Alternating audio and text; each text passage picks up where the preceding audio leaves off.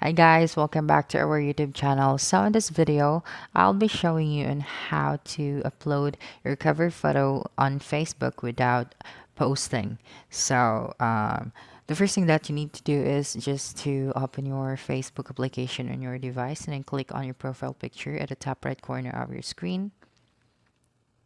This one. Then click on see your profile. Okay, under the menu.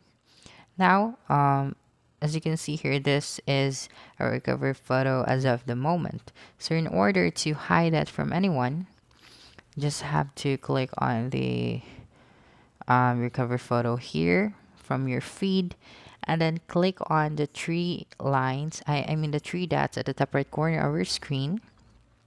Then click on edit privacy, this one here. Okay, now click on see more and then select only me. Okay, this way you can private your cover photo and no one could be able to react or leave a comment to your recently uploaded cover photo. So that's it.